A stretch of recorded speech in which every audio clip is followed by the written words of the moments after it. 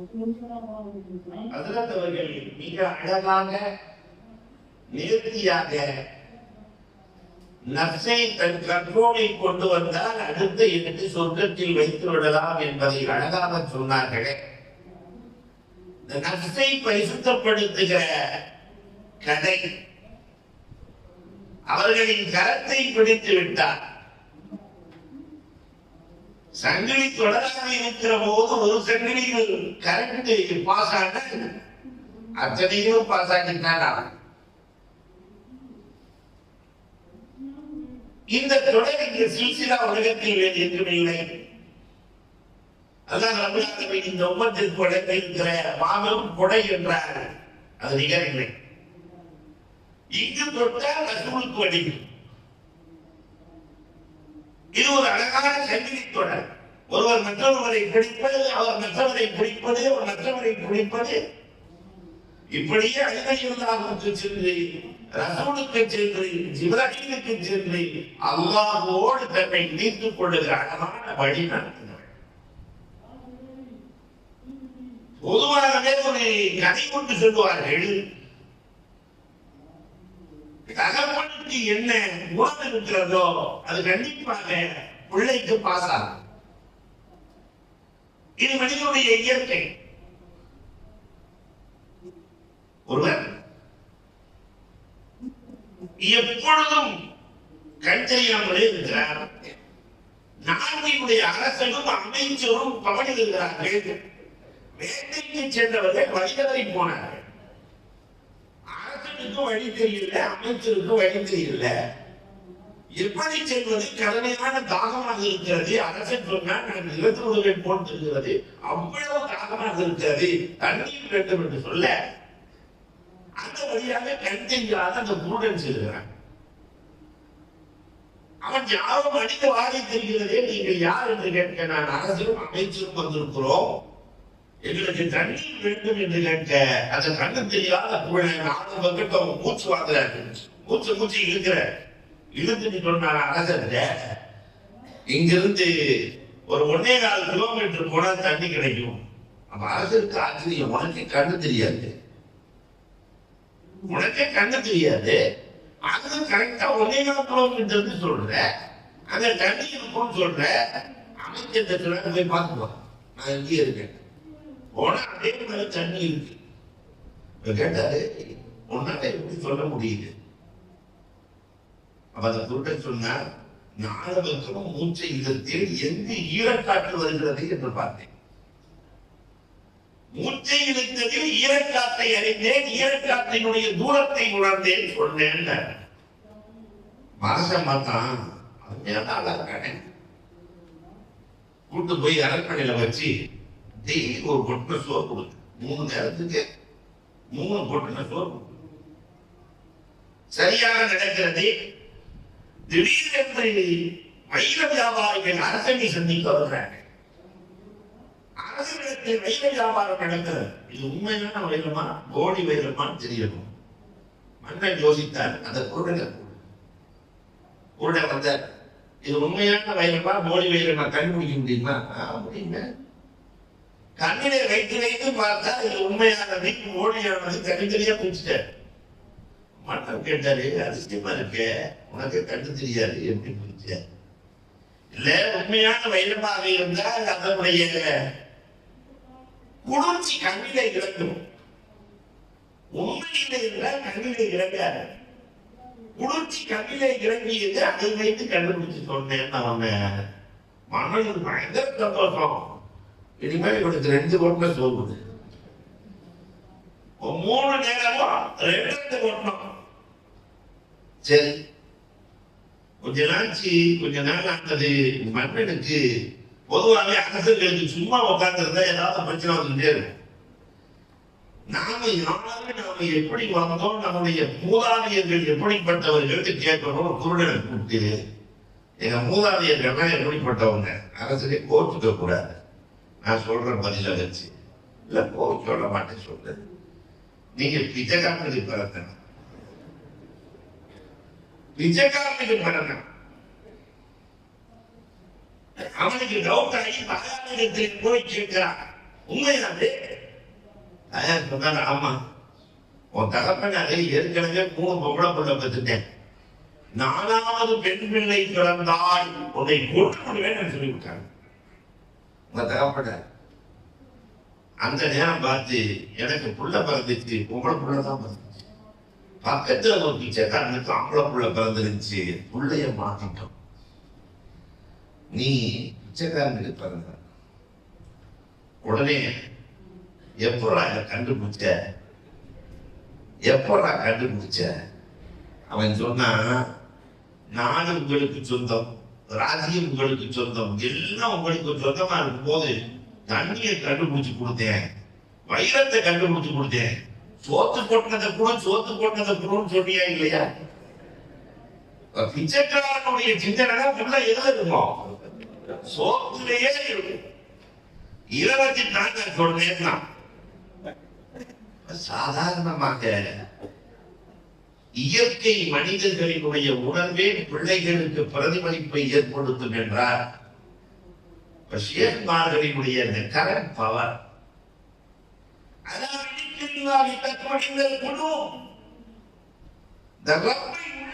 இறக்கி வைத்திருப்பவர்களின் பவர், அல்லாஹ்வை உள்ளத்திற்குள் வைத்திருப்பவர்களின் பவர் எப்படி போய் சேரும்? அப்படி போய் சேருவதால் இந்த உள்ளத்திற்குள் என்ன வரும், என்ன போகும், இதை நான் இடத்தை விட போகிறேன். இந்த கலைச்சாட்சி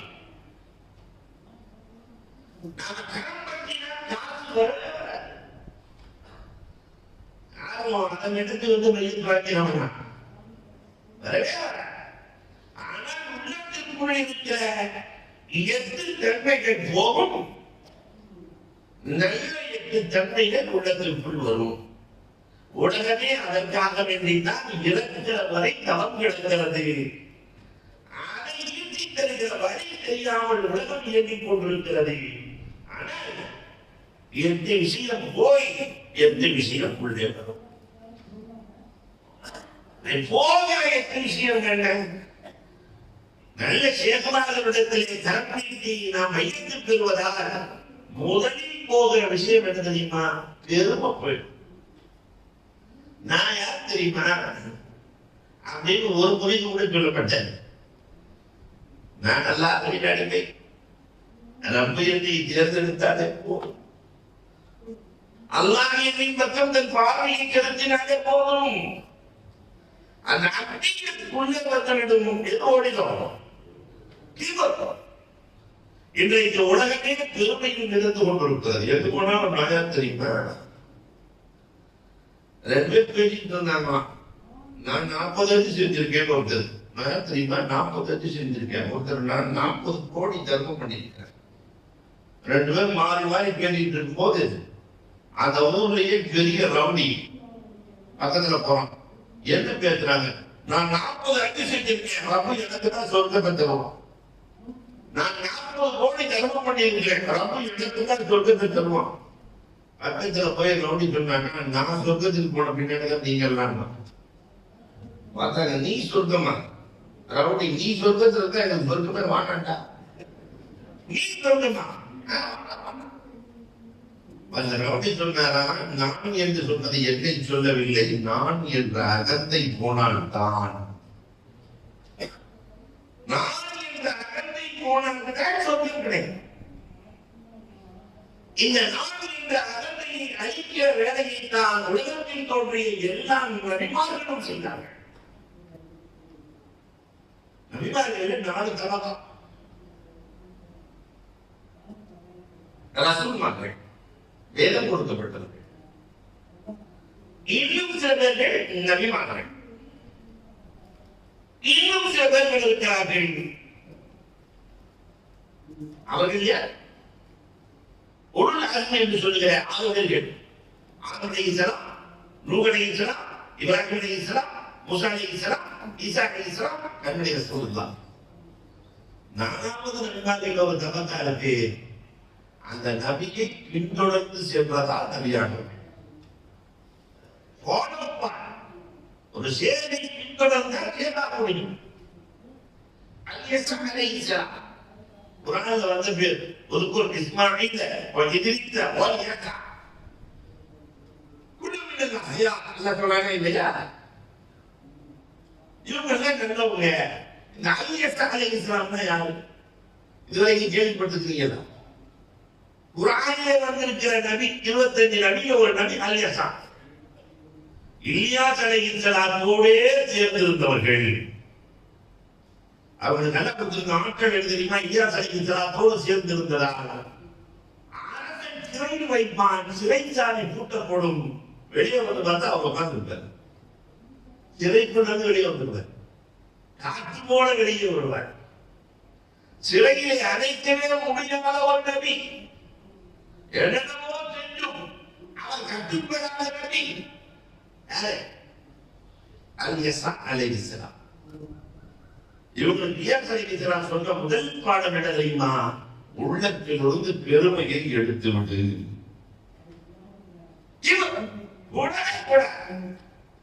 இந்த பெருமையை எடுக்கிற கதையும் நிந்தையும் இதுதான்.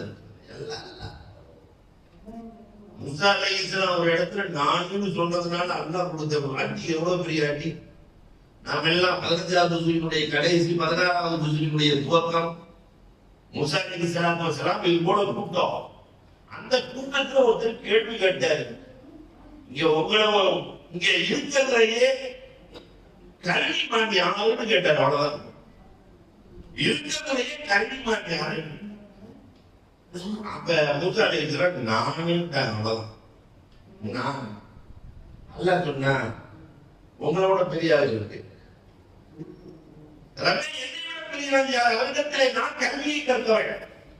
அல்லாஹ் சொன்னா கூடையில பொறுக்க மீனை தூக்கிட்டு போ, அந்த மீன் வழிகாட்டும். இதை எவ்வளவு பெரிய அட்டி கொடுக்குறான் அல்லாஹ். உயிரே இல்லாத மீன் உன்னோட பெரிய அறிவடைகிறான். பொறுக்க மீன் வழிகாட்டும். அல்லாத முறையோட பெரிய அறிவாளி இருப்பான். அல்லாஹ் தேவைப்பட்டான். மூசா அலைஹிஸ்ஸலாம் இதெல்லாம் குர்ஆன் சொல்லுகிற செய்தி. மூசா அலைஹிஸ்ஸலாம் தூங்குறாங்க, மீன் துணிக்குச்சு ஓடிடுச்சு. கூட யூசா அலைஹிஸ்ஸலாம் மூசாவா நபியானவர், மூசா அலைஹிஸ்ஸலாம் தான் நபியானவர். யூசா அலைஹிஸ்ஸலாம் துணித்து ஓடுகிறது. மூசா அலைஹிஸ்ஸலாம் எந்திரிச்சு கூட சொன்னாங்க, சீக்கிரம் போகணும்னு. அவர் மீன் போனதை மறந்தார். 7-8 மணி நேரம் நடந்ததுக்கு பின்னாடி அந்த சாப்பாட்டு எடுத்து சாப்பிடலாங்கிற பார்த்தெல்லாம் ஓடிச்சு மீன். திரும்பி ஓடி வந்தாங்க. அல்லாஹ் ரப்பல் ஆலமீன் நான் என்று ஒரு வார்த்தை சொன்னதற்காக அல்லாஹ் ரப்பல் ஆலமீன் கொடுத்த அடி. நாம இந்த உம்மத்தை முஹம்மதியா இவ்வளவு பெரிய அடிலாம் தாங்க முடியாதுன்னு பெருமானார் ஸல்லல்லாஹு அலைஹி வஸல்லத்தின் வழிவந்த நபித்தோழர்கள், சஹாபாக்கள், தாபிஈன்கள், தபஅ தாபிஈன்கள், இன்று வரை ஷேக்மார்கள் வரை அத்தனை பேர்களும் முதலில் நான் அல்லாஹ்வின் அடிமை, பெருமையை அகற்ற வேண்டும் என்ற பாடத்தை தானே இந்த உம்மத்திற்கு தருகிறார்கள். கீழ் போயிடும். சேர்மார்களின் கரம் பிடித்தால் முதலில் செல்வதின் பெருமை மல்யுத்த மாவீரன்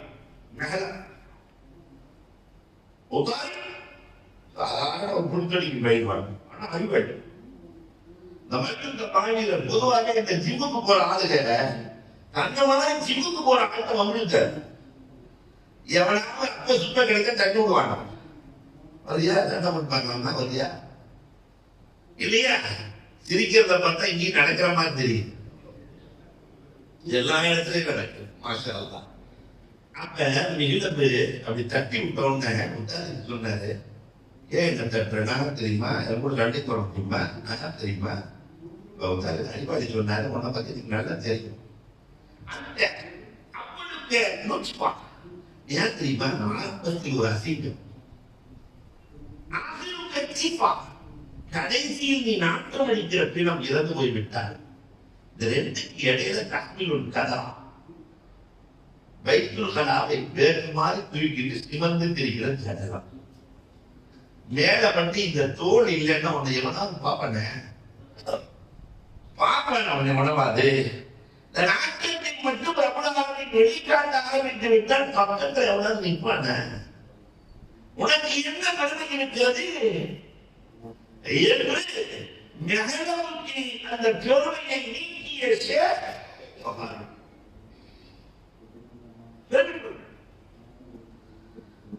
இரண்டாவதாக உலகத்தையே ஆட்டி படைக்கிற அசத் பொறாமை.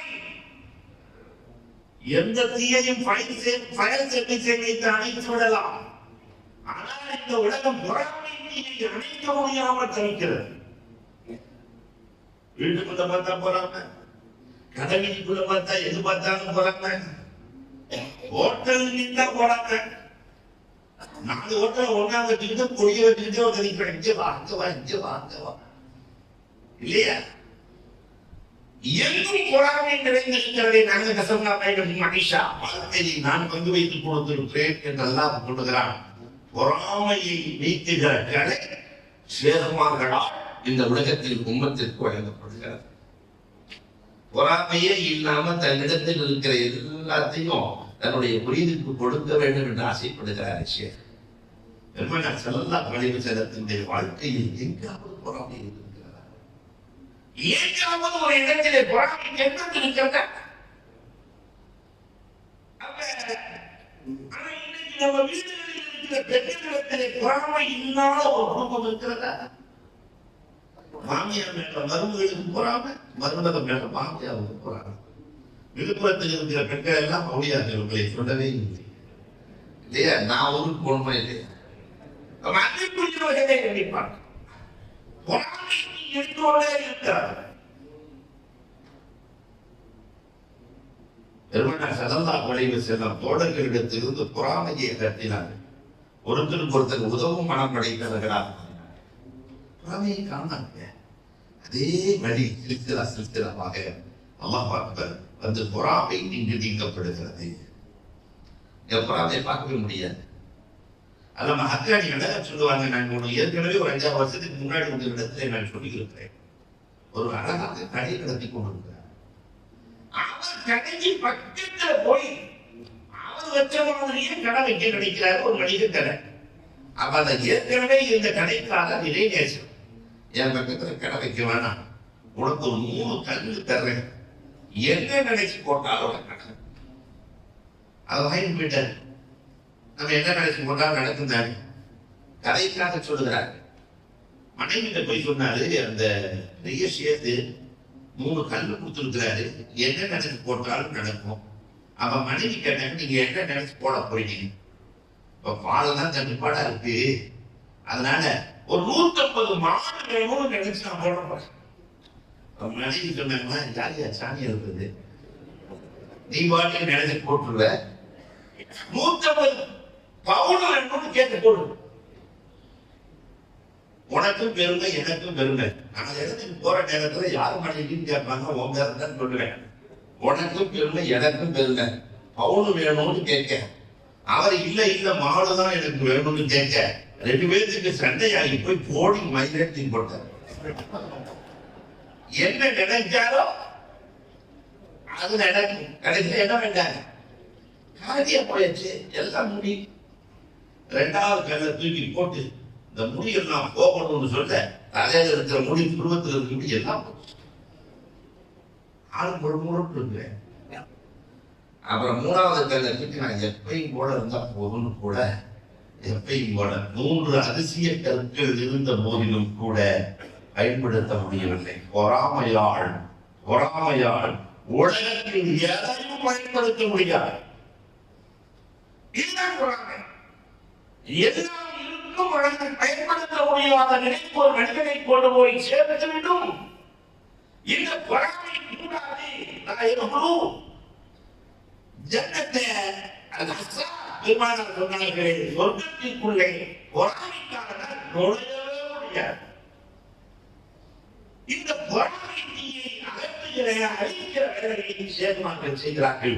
உள்ளத்தில் அல்லாஹ் அல்லாஹ் அல்லாஹ் அல்லாஹ் என்று உலக அதிசய பெயர் அல்லாஹ். உலகத்திலே எந்த பேரு அதிசய பெயர் அல்லாஹ். ஏன்னா அந்த பேரை வேற யாருக்கும் வைக்காம பாதுகாத்து.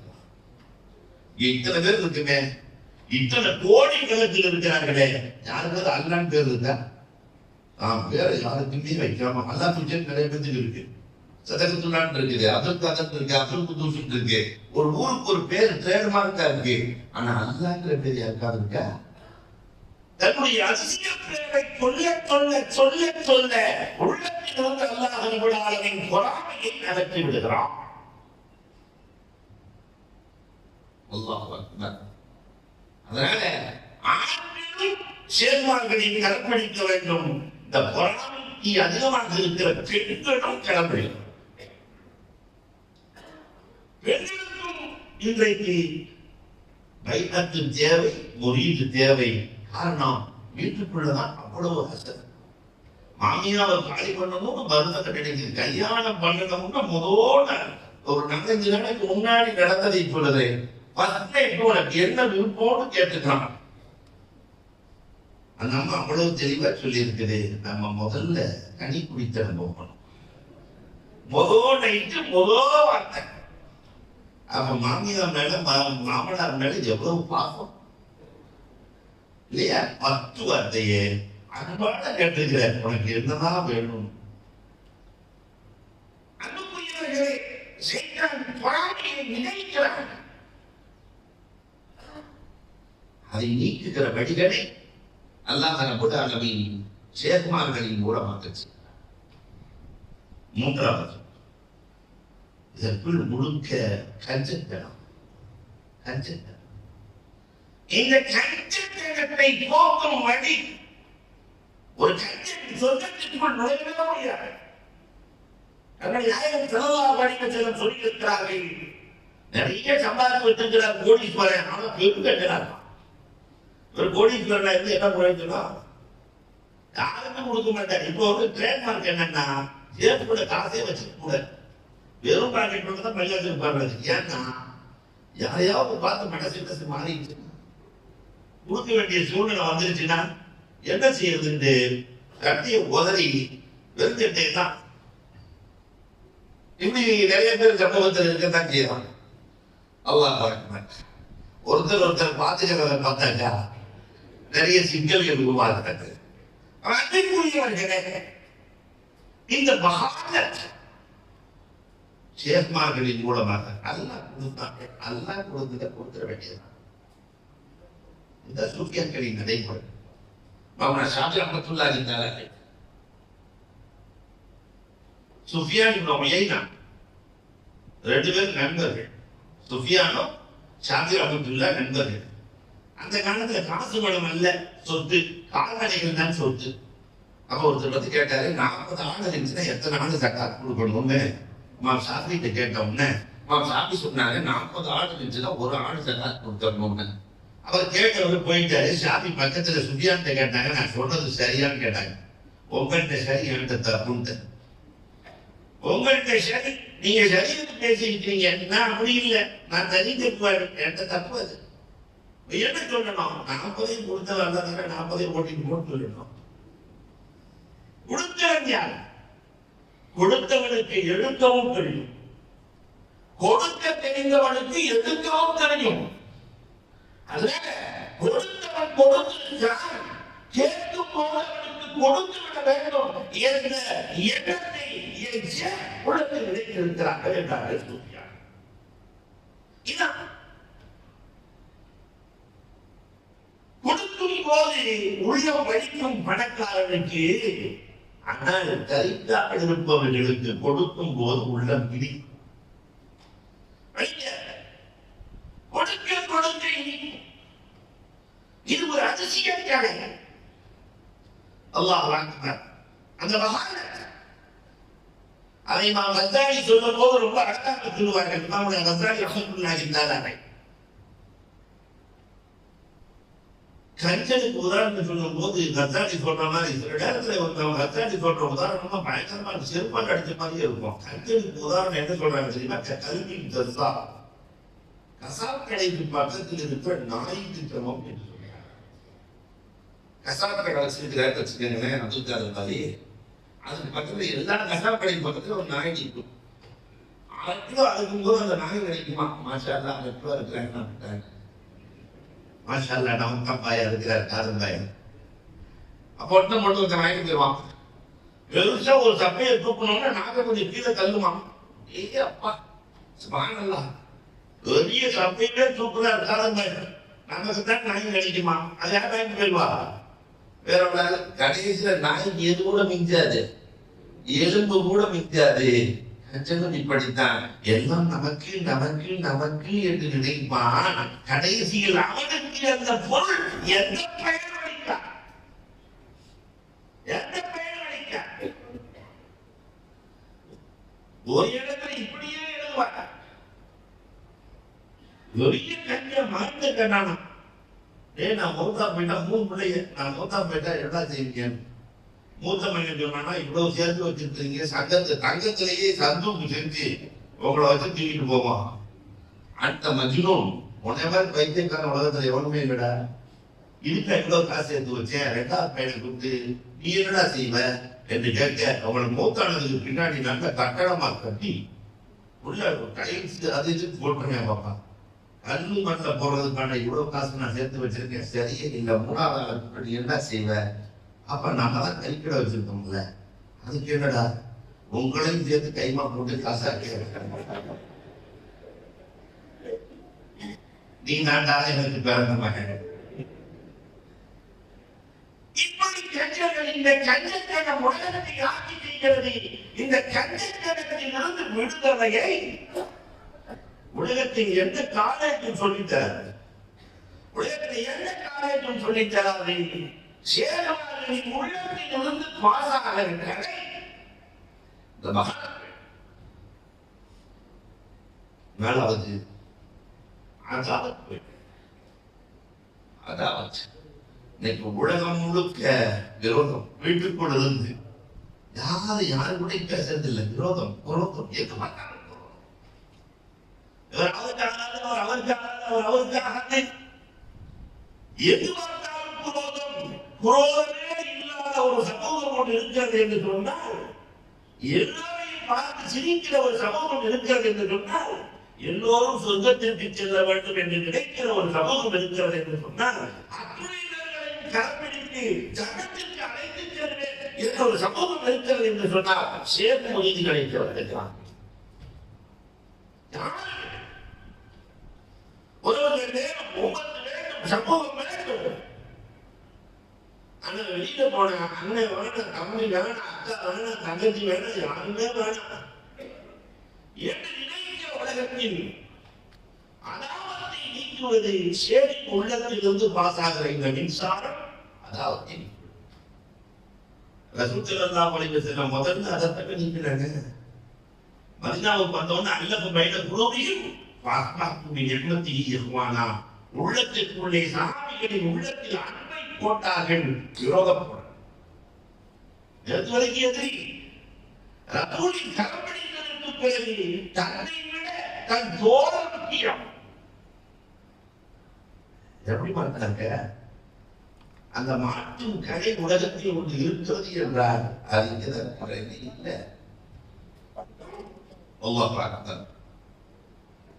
அல்லாஹ் ரப்பல் ஆலமீன் இந்த உள்பத்தை போற்றி அதாவத்தை நீக்குகிற ஆற்றலை இங்கே வைத்திருக்கிறார்.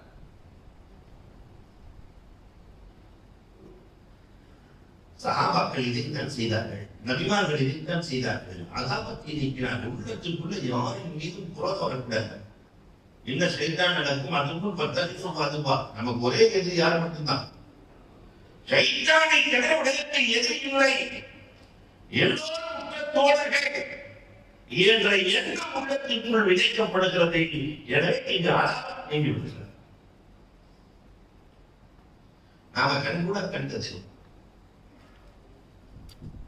அண்ணன் நபி பயங்கர சண்டை, ஒருத்தருக்கு ஒருத்தர் பேசுறதே இல்லை. அஞ்சில வந்து சொல்றாரு, எங்க அண்ணன் என்கிட்ட பேசுறதே இல்லை. அதுல 20 வருஷம் ஆச்சு. சின்ன சின்ன விஷயங்களுக்கெல்லாம் கோபித்து கோபித்து கோபித்து அங்க வந்து ஒரு சேக்கல பையத்தானே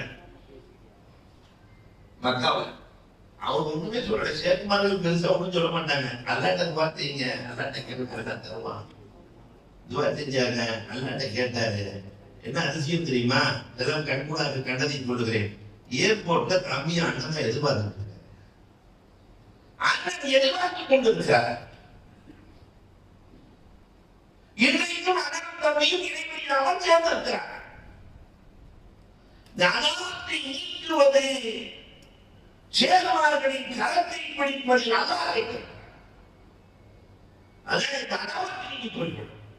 அஞ்சாவதாக கிறிஸ்து பேராசை. பேராசை இன்றைக்கு எது பார்த்தாலும் பேராசை.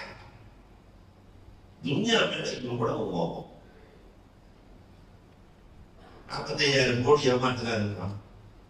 ஒரு நாளைக்கு 1 கோடி ரூபாய் செலவழித்தா கூட 100 வருஷத்துக்கு எத்தனை கோடி தான் செலவழிக்க முடியும்? ஒரு நாளைக்கு 1 கோடி செலவழித்தா 100 வருஷம் ஒருத்தர் வரலாற்று 36,000 தான் வாழ்வது. இந்த மனுஷன் இதை சேர்த்து என்ன செய்ய போகிறார்? நிறைய பேருக்கு காசு வழங்கினால் நிம்மதியை தருகிறது என்று நினைத்துக் கொண்டிருக்கிறார்கள். ஒரு காலம் இதுவும் காசு வழங்கி நிம்மதியை தரார். காசு படத்துல நிம்மதி அடைந்து வந்து உலகத்தில் யாருக்கும் இல்லை. நான் இதையும் அடிக்கடி சொல்லுகிறேன். ஏனென்றால் இன்றைக்கு குடும்பத்தில் அண்ணன் தம்பியிலிருந்து எல்லாமே காசு பணம். கல்யாணம் பண்றாயும் உனக்கு 28 வயசாச்சுன்னு சொன்னா செட்டில் ஆணுங்கிறோம். இதை செட்டில் ஆணுங்கிறோம். ரப்பின் மீது நம்பிக்கை குறைத்துக் கொண்டே வருகிறது. இவன் வைத்திருக்கிற காசு தான் இவனுக்கு வாழ்க்கைக்கான காரணம். நான் கேட்கிறேன், காசு தான் காரணியா? ரப்பு காரணம் இல்லையா? தவக்குள் அல்லாஹ்வின் மீது நம்பிக்கையை வைத்து விட்டால், நம் கரம் ரப்பின் கரத்தோடு சேர்ந்து விட்டால் எல்லாம் அனுபவித்துக் கொள்வான் அப்படின்னு நம்பிக்கை போச்சு. அவருக்கு பாதிச்சா நம்ம சொல்லிட்டார். 13 வயசு இளைஞர் சம்சுத்தின் அழுத்தத்தை சென்று டெல்லியை ஆளுகிற பொறுப்பை கொடுக்கிறார். வயசு எத்தனை? 13 வயசு. எல்லோரும் புரட்சி செய்தார்கள். 13 வயசு பையனுக்கு ஆட்சி கொடுப்பார். அவன் எப்படிப்பட்டவன் நான் சொல்றேன் வாங்க. 13 வயசு கிழறு, படியில்லாத கிழறு. அவர்களுடைய மன்னர் சப்சிடியின் அந்த விஷயம் பார்த்து கேட்டார். 13 வயசு பையனை பார்த்து கேட்டார், அவன் நீட்டி தெரியுமா? தெரியல. தெரியாது. கையை பிடிச்சி கண்டு கொண்டு தூக்கி உன்னை உள்ள போட போறேங்கிற. கையை விட போறேன், உள்ள போட போறேன், நீ சாக போகிற. சிரிக்கிற சப்தி நடத்தி சிரிக்கிற. சாக போகிற சிரிக்கிற சொன்னாரு. சப்சிடி நடத்தி 13 வயசுல என் கை யாருடைய கையோடு சேர்ந்திருக்கிறது தெரியுமா? இந்த நாட்டையே காப்பாற்றுகிற மன்னன் என் கையை போயிருக்கிறார். நாட்டையே காப்பாற்றுகிற மன்னன் என்னை என்ன கொலை செய்துள்ளார். அதெல்லாம் நான் பயப்பட வேண்டிய அவசியம் இல்லை. மேல தூக்கி விட்டு அவர்கள் நடந்தாங்க. என் கையை ரப்பின் கையோடு சேர்த்து விட்டார். என் கரத்தை ரப்பின் கரத்தோடு சேர்த்து விட்டார். உலகத்தையே காப்பாற்றுகிற ரப்பி என்ற பட்டத்தையா தந்து விடுவான், கஷ்டத்தையா தந்து விடுவான். எல்லாம் ரப்ப பார்த்துக் கொள்ளுவானே. இந்த எண்ணம் இன்றைக்கு உலகத்திலே குறைந்து கொண்டே வருகிறது.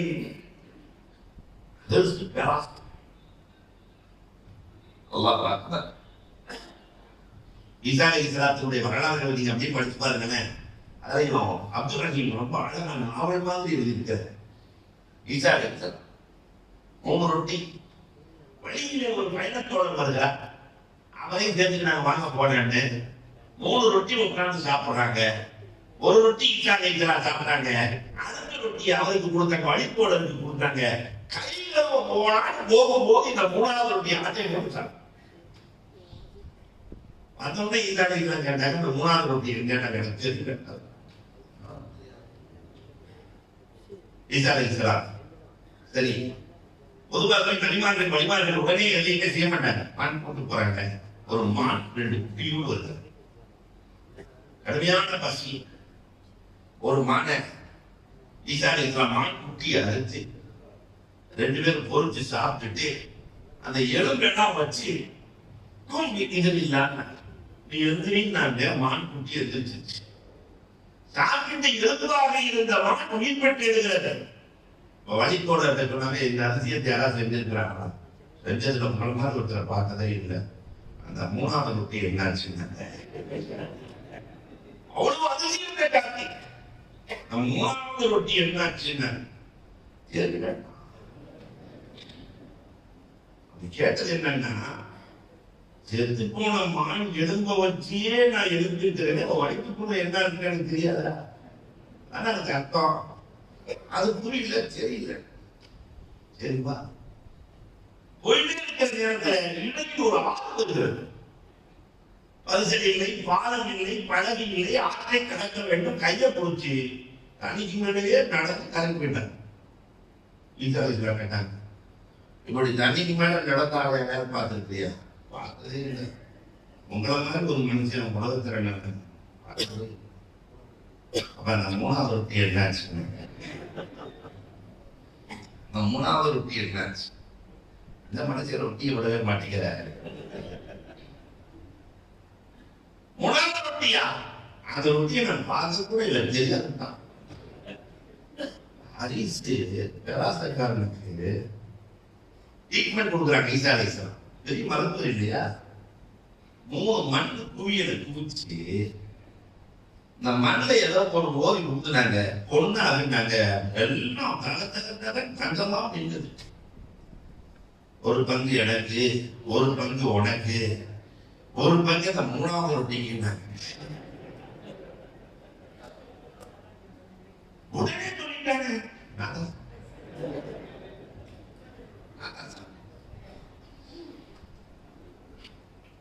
நம்மளால எல்லாம் தடிச்சிருவாங்க. செய்யல அப்படியா? இதுல என்ன பாடம் இருக்குன்னு உனக்கு காட்டணுமல்ல, 3ஐயுமே வச்சுக்கோ. 3 பங்கையுமே வச்சுக்க, என்னையும் சேர்த்து தரணியே வச்சுக்கோ என்று சொல்லிவிட்டு புறப்படுகிறார்கள். இவங்க இந்த மாதிரி போனவங்க 2 பேர் வந்தான். பார்த்தோன்னு தகவல் நின்றுது. உடனே இவனுக்கு பயம் வந்துச்சு. அந்த 2 பேர் அதையும் குறைக்கிறான். நம்மளை காலை பண்ணிட்டு கொலை செஞ்சுட்டு 2 பேர் எடுத்துட்டு போயிடுவானுங்களோட இவனே பயந்துட்டு இவனே சொன்னானா, எதுக்கு வந்து இப்படி குறைக்கிறீங்க? வா, ஆளுக்கு ஒரு பங்கு வச்சுக்கோ, ஆளுக்கு ஒரு பங்கு வச்சுக்குவோம். ஆனா பசியா இருக்கு, யாராவது ஒரு பங்கு போய் சாப்பாடு வைக்கணும், யாராவது ஒரு ஆள் போய் சாப்பாடு வைக்கணும். சரின்னு ஒரு ஆள் போயிட்டான். நம்பிக்கையான ஆளு கணிச்சலான்னு போனவங்க இந்த 2 பேர் பேசியிருக்காங்க. அவன் எதுக்கு சோறு வாங்கிட்டு போயிருக்கிறான்? 2 பேரும் சேர்த்து அவனை காலி பண்ணிட்டு 3 2 ஆக்கி 2 பேரும் பிரிச்சுக்கலாம். வேற என்னன்னு ஆள் வந்தா முடிச்சிடுறது. அவன் இவ்வளவு போய் விட்டாரு. வரும்போது சோத்துல விஷத்தை கலந்து எதுக்கு 3ஆம் போடணும்? ஃபுல்லாவே எடுத்துட்டு போயிடலாம்.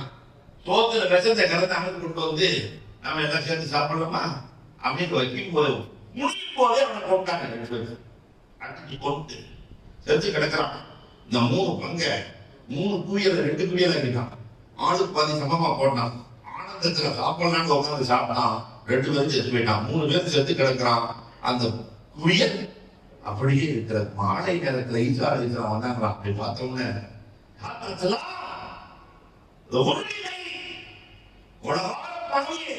அந்த தங்கத்தின் வெளியே பார்த்து அதுக்குள்ள 3 பேர்த்த முஸ்டியா, அதுக்குள்ள 3 பேர்த்த முஸ்டியா. அல்லாஹ்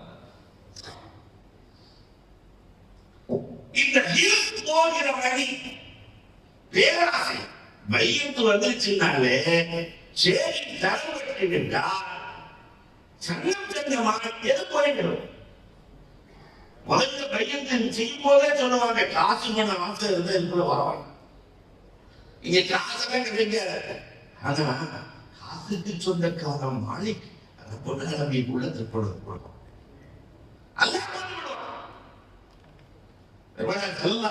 செலவர்கள் சொன்னாங்க, சேர்த்திருக்கும் போது சொன்னாங்க, ஒருத்தர் உள்ள ஒரு வேலை சொல்லுவார் சொன்னாங்க, ஒருத்தர் உள்ள ஒரு வேலை சொல்லுவார். அப்போ முறையில வெளியில்லாம பார்த்தாங்க. இதை கேட்டவுடனே அப்படின்னு நைஸா வெளியே போயிட்டு திருப்பி உள்ள வந்தாங்க. அப்புறம் சொன்னாங்க, போயிட்டு வந்தவன் சொல்லல, ஒருத்தர் உள்ள ஒரு வேலை சொல்லுவார். அதே மாதிரி பார்த்தா பிலால் உள்ளே வருகிறாங்க. பெருமானாரோடு நீண்ட நேரம் பேசினார்கள். பேசின பெருமானாரை பார்த்து ஒன்று கேட்டாங்க. ரசூல் ஸல்லல்லாஹு அலைஹி வஸல்லம் பேசிட்டு ரசூலுல்லாஹ் அவரை பார்த்து கேட்கிறார்கள், பிலால் இப்னு உயைனா வாக்கு சொல்லுகிற பிலால் இப்னு ரவாஹ். பிலால் இப்னு உயைனா ரலியல்லாஹு பார்த்து பெருமானார் கேட்டார்கள், பிலால் உங்கள் உள்ளத்தில் எனக்கு இடம் இருக்கிறதா கேட்டாங்க. உங்க உள்ளத்துல நான் யார சொன்னேன், இறைவன் மீது ஆணையாக இல்லை, என் உள்ள முழுக்க நீங்கள் அல்லாஹ்வை நிரப்பியதால் உங்களை வைக்க இடமில்லை. பெருமானார் ஸல்லல்லாஹு அலைஹி வஸல்லம் அவர்கள் கட்டி அணைத்தார்கள் ஹதீஸ். அப்ப அல்லாஹ்வை உள்ளத்திலே வைத்து விட்டால் இந்த ஹதீஸ் போய்விடும். ஆறாவதாக கவலம். அன்புக்குரியவர்களே, கோபம், தேவையற்ற கோபம். இன்னைக்கு அதனாலதான் வீட்டுல சின்ன சின்ன விஷயங்களுக்கெல்லாம் தலாக் ரொம்ப கம்மியா இருக்கிற சமூகம் இஸ்லாமிய சமூகம். அதையும் தலாக் ரொம்ப கம்மியாக இருப்பது, விவாகரத்து கம்மியாக இருப்பது அலிம்சருக்கு விவாகரத்து இருக்க. அதே மாதிரி ஷேக் முஹிதீன்களுடைய வீட்டில் விவாகரத்து இருக்க. எதையும் ஏற்று கிடைக்கிற மனோபாவம். காரணம், இந்த கோபத்தை உள்ளத்திலிருந்து நடந்து தெரியாமலேயே தூக்கி எறிகிற வேலைகளை சேர்மார்கள் அந்த சங்கத்தோட செய்து. நானே நிறைய பேர் கேள்விப்பட்டிருக்கேன். முதல்ல எப்படி இருந்தோம் தெரியுமா? நானு பண்ண பின்னாடி அப்படியே இல்லையா ஆத்மாவா இருந்தாங்க. அவங்க கூட இருந்தவங்க வந்து பைலட் அப்படி கோபப்படவே நாங்க. ஆனா அதுக்கு பின்னாடி அவங்கள மாதிரி சாந்தமான ஒருவரை பார்க்கவே முடியாது. சங்கமாகவே நீங்க ஒரு கோபம் போய்விடும். அல்லாஹ் பார்க்கிறார். அது போகிற வழிகளை கிடைப்பவர்கள். நீங்க கோபத்தால் ஏற்படுகிற விலை மொத்தமொத்தம் அவன் சொல்றாரு. கோபத்துல தலாக் விட்டேன் பசியாரமும் நினைக்கிறேன். மோர்பார்கள் சொன்னாங்க, யாராவது சந்தோஷத்தை தலாக் போவாங்களா? கோபத்துல தான் தலாக் போடுவான். அந்த கோபம் வராமல் பாதுகாக்க வழிகள் இதை செய்ய வைக்கிறேன். அதே மாதிரி ஷஹ்வத். ஏழாவதாக சமூகத்தை ஆட்டி படைக்கிற நோய்களில் ஒன்று காமம். இன்றைக்கு இருக்கிற இளவர்கள் காமத்துக்கு அடிமையாகி போனார்கள். இந்த காமம் பல்வேறு வகைகளில் வருகிறார். இன்னைக்கு சமீபத்தில் ஒரு மருத்துவர் சொன்னார், இன்றைக்கு இருக்கிற இளைஞர்கள் 100% 40 பாதுகாக்கப்படணுமா? 160% இளைஞர்கள் ஒன்று செக்ஸுக்கு அடிமையாகி போனார்கள், இன்னொன்று போதைக்கு அடிமையாகி போனார்கள். நம்ம இளைஞர் 19 வயசு ஊசி போடுறாங்க. மனம் கவலையாக இருக்கிறது. அது போட்ட ஒரு நாள் சாப்பிடவே கூடாதுங்க. சரிடா, நீ உன்னை யாரா கெடுத்தது இன்னாரு அவன்கிட்ட நேரடியாக கேட்கிற போது, நீ எத்தனை பேர்த்தை கெடுத்த? ஊரையே கெடுத்துட்டேன்னா. இந்த ஊரில் இருக்கிற நிறைய இளைஞர்கள் கெட்டு போவதற்கு நான் தான் காரணம் என்று அந்த இளைஞனை பிடிச்சு நல்வழிப்படுத்துகிற போது இன்னைக்கு ஊரையே திருத்தும் இளைஞராக மாறி காமத்தையும் சமூகத்தையும் தடுக்கிற வழிகள் உலகத்தில் எங்கும் இல்லை. நப்சுக்கு பயிற்சி கொடுத்து அந்த நப்சை கட்டுப்படுத்துகிற வழிகள் இங்கு மட்டும்தான் கிடைக்கும் உலகத்தில் ஏற்படுகின்றன. எட்டாவதாக பொய்மை. எங்க பார்த்தாலும் பொய், எதை செஞ்சாலும் பொய். இந்த பொய்யை கிதுமை உள்ளத்திலிருந்து பெருமானாரை பார்த்து எல்லாம் சொல்லுகிற போது உள்ளத்துக்குள்ளே போய் நுழையவே இல்லை பெருமானார். அப்ப இந்த 8க்கு தூக்கிட்டு ஷேக்மார்களின் கரம் பிடித்தா இன்னொரு 8 உள்ள வந்துடும். அந்த 8 என்ன தெரியுமா? அதான் 8ம் 8ம் 8ம் 8ம். இந்த 8ஐயும் உள்ளத்துல வச்சுட்டா சொர்க்கமும் நமக்கு 8ம். அதனால சேர்ப்பார்கள் எழுதுகிற போது எழுதுவாங்க 8ம் 8ம் தலைங்க போட்டு எழுதுறாங்க. அது என்ன உள்ளத்திற்குள்ளே எழுதுவது? முதல்ல யகீன். உள்ளத்துக்குள்ள என்ன வந்துடும்? சேர்மார்களின் கரம் பிடிச்சுட்டா யகீன் நம்ம சரியாயிடும். நம்ம சின்ன சின்ன பாவங்கள்லாம் என்ன செஞ்சிடும்? போயிடும். அப்படிங்கிற யகீன் அல்லாஹ் ரப்பல் ஆலமீன் உள்ளத்திற்குள் விதைக்கிறான். பெருமானார் ஸல்லல்லாஹு அலைஹி வஸல்லம் நம்பித்தானே உடனே நம்ம நபிமார்களின் சில்சிலாவில் உள்ளவர்கள் தானே. யகீன் இப்ராஹிம் அலைஹிஸ்ஸலாத்தை தூக்கி நெருப்பு குண்டத்திலே போடுகிற போது இப்ராஹிம் அலைஹிஸ்ஸலாம் வந்து சொன்னாங்களா இல்லையா, உன்னை காப்பாத்தட்டுமா, உன்னை காப்பாத்தட்டுமா. இப்ராஹிம் அலைஹிஸ்ஸலாம் அதை ரப்பு பார்த்துப்போம். எந்த நேரத்துல நெருப்புல போட போகிறான், உன்னை காப்பாத்தட்டுமா, நான் பார்த்தா கை கொடுத்துருவோம், காப்பாத்துன்னு சொல்லிடுவோம், கதறிடுவோம், ரப்பு பார்த்துக்குவான். அந்த யகீன் அல்லாஹ் சொன்னானா இல்லையா, ஆனா கூனி சலக்கூனி பரதன் சலாமன் அலா இப்ராஹிம், நெருப்பேறி கொள்கையாருடைய நம்பிக்கை கொண்டவன். அப்ப இது அல்லாஹ்வின் மீது உண்டான நம்பிக்கை ஆழ் மனதில் கொண்டு வந்து செலுத்த வேண்டிய காலத்தில் நாம் இருக்கிறோம். இரண்டாவது சுக்ர், இடத்துக்குள்ள நன்றி செலுத்துகிற மனப்பான்மை. கொடுத்ததை தவத்தோடு நினைப்பொல்லாம் அல்லாஹ்வுடைய ஞானத்துக்கள் என்னதான் ஞானத்தை கொடுத்திருக்கிறான் என்ற சுகுர் மனசுக்குள்ள. உலகத்துல எங்கும் சுக்குர் இல்லை. நிறைய பேர் சொல்றதை நம்ம கேள்விப்பட்டிருக்கிறோம். உபகாரங்கள் நான் என்ன செஞ்சேன் தெரியுமா, என் பிள்ளைக்கு எவ்வளவு செஞ்சேன் தெரியுமா, 8 வருஷம் போயிட்டாங்க, கொஞ்சம் கூட நன்றி கூடவே இல்லை என் பிள்ளைக்கு. நானே வளர்த்திருந்தா கூட நன்றி செலுத்தி இருக்கோம், என் பிள்ளை நன்றி எல்லாம் போயிட்டான். கேட்கிறமா இல்லையா? ஆனா சேரின் கரம் பிடித்து விட்டால் காலம் முழுக்க நன்றி சுக்குரோடு இருக்கும். அவையர்கள் இஸ்லாமி அழுவார்கள். ஏன் இப்படி அறிவிக்கிறேன் இல்ல, ஒரு பல்கு நாட்டு சேரி சொல்றதுல வந்து நான் அழுதுகிட்டு இருக்கிறேன். பல்கு நாட்டு சேரி என்ன சொன்னார், ஒரு நாள் வந்து எடுத்து கேட்டாரு, சபர்னா என்ன சுக்குர்னா என்னன்னு கேட்டாரு. அல்லாஹ் கொடுத்தாரு, நான் நன்றி செலுத்துவேன், நல்லா கொடுக்க என்ன பொறுமையா இருப்பேன் என்று நான் விளக்க சொன்னேன். அதுக்கு அந்த பல்கு நாட்டு சேரி சொன்னார், இது எங்கூர் நாய் கூடத்தான் செய்துன்னு சொன்னார். இதுல எங்கூர் நாய் கூடத்தை கொடுத்தமா கொடுக்க பேசாம படுத்திருக்கோம், நாய் கூட இந்த வேலையை செய்கிறது. ஆனா அவ எதுக்கு கேட்டாங்களா, அப்ப சபர்னா என்ன சுக்குர்னா என்ன, அல்லாஹ் கொடுத்தா அடுத்தவங்களுக்கு கொடுத்துட்டு தேவை உள்ளவங்களுக்கு கொடுத்துட்டு பொறுமையா இருப்பது. சுக்குர்னா என்னன்னா கொடுக்கல என்ன சொல்லு, என்னை விட தேவை உள்ளவர்கள் உனக்கு தெரியும், அதனால் கொடுத்து இருக்கிறாய். நான் கொடுத்திருக்கேன்,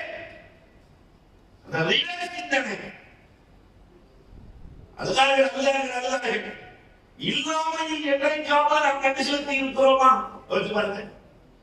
இல்லாமையில் நன்றி செலுத்துங்கள், இருக்கும் போது அல்ல, இல்லாமையில் இருக்கும் போது நன்றி செலுத்துவது இல்லையே. அடிக்கடி நினைவூட்டுவது, மாணவர்களுக்கு நினைவூட்டுவது, இந்த மஜ்லிஸ்களை நினைவூட்டுவது, எல்லா மஜ்லிஸ்களையும் நம்ம சார் கரிமகன் போவார், கொஞ்சம் கரிமகன் போவார், கரும்பு ஒரு கவின் போயிட்டு நம்ம பசங்களை அந்த பக்கவா கொடுத்துருவாங்க.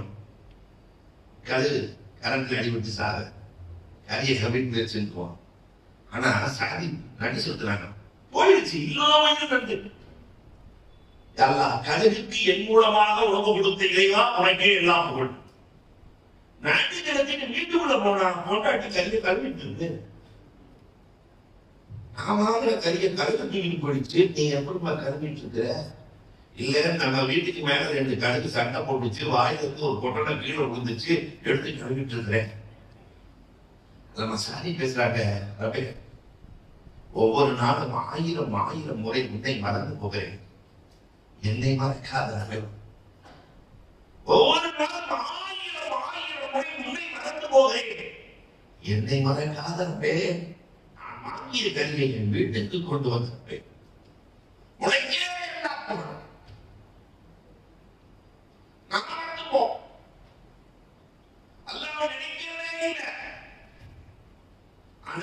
நம்ம மறக்கிறதே இல்லை. ஒரு செகண்ட் ரப்ப நம்மை மறந்தாங்க, ஒரு செகண்ட் மறந்தா ரப்பை நினைக்கிற வேலையை இந்த சுக்ர் இங்குதான் கிடைக்கும். சபர் மூணாவது இங்குதான் கிடைக்கும். பொறுமை அல்லாஹ் அக்பர் இங்குதான் கிடைக்கும். அன்புக்குரியவர்களே, பொறுமை என்ற பாடம் உலகத்தில் இங்குதான் கிடைக்கும், வேறு கிடைக்காது. உலகமே பொறுமை இழந்து அழைத்துக் கொண்டிருக்கிற போது பொறுமையால் தான் வெற்றி இருக்கிறது என்பதை கற்றுக் கொடுத்தது தரிகாக்கள். நாலாவது ரிலா, அல்லாஹ்வுடைய பொறுப்பும். இந்த ரிலாவை பெறுவதற்காக வேண்டித்தான், ரிலாவை பெறுவதற்காக வேண்டித்தான் இவ்வளவு கஷ்டங்கள், பயிற்சிகள் எதற்காக? ஒருத்தன் உலக பந்தயத்தில் ஓடுறான், எதுக்கு ஓடுறான்? ஓட்ட பந்தயத்தில் ஓடிக்கிட்டே இருக்கும். 6 மாதம் பயிற்சி, 8 மாதம் பயிற்சி, அந்த மாதம் பயிற்சி, இந்த மாதம் பயிற்சி, எல்லா பயிற்சிகளும் எதற்காக? இந்த கோல்டு மெடல். நம்ம பயிற்சி எதற்காக தெரியுமா? லிகாவுல்லா, ரப்பை சந்திப்பதற்காக. இந்த பயிற்சியின் சொர்க்கத்தை தாண்டிய கிடைக்கும். அவன் செஞ்ச சொர்க்கம் கிடைச்சிரும், அவன் செஞ்ச சொர்க்கம் கிடைச்சிரும். சகாபாக்கள் சொர்க்கத்தில் ஒரு பிள்ளை அது யார வேண்டாம் இருப்பாங்க. எனக்கு தேவை எதுதான் வேண்டும்? என் ரப்பில் லிகா வேண்டும். இந்த தொடர், இந்த கலப்பட்டது, கைப்பிடித்தல் ரப்பில் லிகா வேண்டும். நான் நினைச்சே இல்லையா? சகாபாக்களை பத்தி நல்லா சொல்லும் போது ரலியல்லாஹு அன்ஹும் இவர்கள் அல்லாஹ்வை பொருந்திக் கொண்டார்கள், அல்லாஹ் அவர்களை பொருந்தி. போர்க்களம் நடக்க போகிறது, கடுமையான தேவை இருக்குது. தபுக் போர்க்களத்துக்கு யார் எவ்வளவு கொண்டு வரீங்க? அல்லாஹ் பார்க்கிறார். உமர் ரலியல்லாஹு தஆலா அல்லாஹ்வினுடைய ரிலாவை பெறுவதற்காக எவ்வளவு முயற்சி செய்தார்கள் தெரியுமா? ரிலாவை பெறுவதற்காக நேர அபூபக்கர் ரலியல்லாஹு வீட்டுல போய் தேடினாங்களாம். உமர் ரலியல்லாஹு அபூபக்கர் ரலியல்லாஹு எவ்வளவு கொண்டு போறாங்கன்னு பார்த்து அதோட அதிகமா கொண்டு போகணும். அபூபக்கர் ரலியல்லாஹு வீட்டுல தேடினா கொஞ்சோடு தான் இருக்கு. நம்ம உதாரணம் சொன்னாங்க, நம்ம பாஷையில ஒரு 3 பைக்கு அளவுக்கு இருக்கு. உமர் ரலியல்லாஹு வந்து வீட்டுல சந்தோஷப்பட்டாங்களாம். 6 ஒட்டகை சுமக்கிற அளவுக்கு நம்மள்ட்ட பொருள் இருக்கு. இந்த தடவை அபூபக்கர் ரலியல்லாஹு ஜெயிச்சிருந்தோம் அப்படின்னு 3 ஒட்டகை சரக்கோடு கொண்டு போகிறாங்க. சுபுஹ் தொழுகை முடியுது. முதல்ல உமர் ரலியல்லாஹு உட்கார்ந்துருக்கிறாங்க. 2வது அப்துல் ரஹ்மான் இப்னு அவுஃப் ரலியல்லாஹு உட்கார்ந்துருக்காங்க சஃப்ல. 3வது அபூபக்கர் ரலியல்லாஹு அப்படியே சஹாபாக்கள் உட்கார்ந்துருக்காங்க. தொழுகை முடிஞ்ச உடனே பெருமானார் பார்த்து நம்மளை பார்த்து கேட்கணும், உமரே எவ்வளவு கொண்டு வந்தேன்னு கேட்கும் போது 3 ஒட்டகை சரக்கோடுன்னு சொல்லணும், பெருமானார் சந்தோஷம் அடையணும் அப்படின்னு ஆனந்தத்தோடு இருக்கும்போது ரசூலுல்லாஹ் தொழுகை முடிச்சுட்டு திரும்பினாங்க. அஸ்ஸலாமு அலைக்கும் யா உமர்.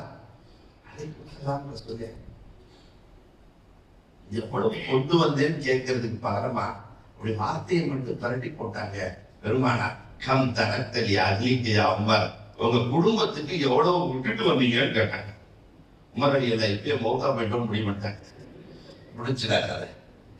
இல்ல பாதியை விட்டுட்டு பாதியை கொண்டு வந்திருக்கிறேன், பாதியை விட்டுட்டு பாதியை கொண்டு வந்திருக்கிறேன். அடுத்து அபூபக்கர் ரலியல்லாஹு முன்னாடி அப்துல் ரஹ்மான் இப்னு அவுஃப் உட்கார்ந்துருக்காங்க. நீங்க என்ன கொண்டு வந்தீங்க? உங்க வீட்டுக்கு எவ்வளவு விட்டுட்டு வந்தீங்க? அவர் சொன்னாரு, எவ்வளவு கொடுத்தாரு தெரியுமா? 1500 ஒட்டகம், 50,000 திருகம், 700 குதிரை, எல்லாத்தையும் கொடுத்தவரு சொன்னாரு, நாயகனே என் வீட்டை கையோடு விட்டுட்டு வந்திருக்கேன், எல்லாரும் ஆரோக்கியமா தான் விட்டுட்டு வந்திருக்கிறேன். இன்னைக்கு சோத்துக்கு கொடுத்துட்டு வந்திருக்கிறேன். இன்னைக்கு சோத்து மிடல் அஜுக்கு நான் கொடுத்ததற்கான கூலியை என் வீட்டில் விட்டு வந்தேன். கொடுத்ததற்கு கூலி எல்லாம் கொடுத்துருவாங்கல்ல, அந்த கூலிகளை எல்லாம் என் வீட்டில் மிடல் அஜு. பெருமானார் கேட்டாங்க, இதுக்கு பகரவன் இந்த உலகத்தில் வேண்டுமா மறு உலகத்தில் வேண்டுமா? அங்கே வாங்கிக்கிறேன், அங்கே மறு உலகத்துல. அப்படியே திருமணம் அபூபக்கர் ரலியல்லாஹு பார்த்து கேட்டாங்க, தரத்திலே குடும்பத்துக்கு என்ன பண்ணுறது? அவங்க வாழ அல்லாஹ்வையும் ரசூலையும் மட்டும் ஒன்றுக்கு எல்லாம் சொல்லுவாங்க. ஜிப்ரீல் கேட்டார், அல்லாஹ் அபூபக்கரை பொருந்திக் கொண்டார். குதிக்கிறார், அவர் வழி அல்லாஹ்வை பொருந்திக் கொண்டாரே. இந்த ரிலா அல்லாஹ் பொருந்திக் கொள்ளுதல் இந்த சரீரத்தோடு நிறைவாக இருக்கிறது. இஹ்லாஸ், மனதை தூய்மையாக வைக்கிற கலை. அஞ்சாவது இங்குதான் இருக்கிறது தஸ்லீம், ஏற்றுக்கொள்வது.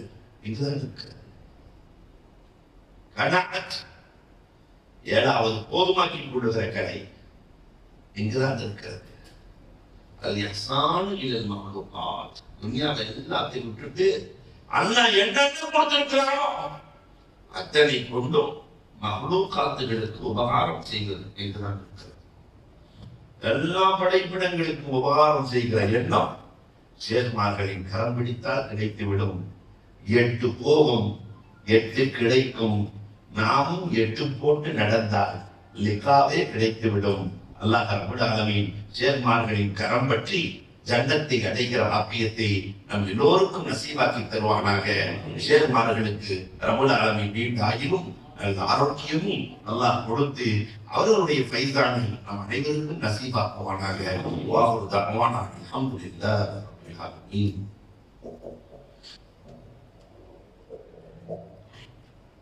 தந்தை அவர்களுக்கு நம் எல்லோரின் சார்பாக ஜஸாகுமுல்லாஹு கைரன் கதீரன் என்ற துஆவை கொண்டு நன்றி கூறிக்கொள்கிறோம்.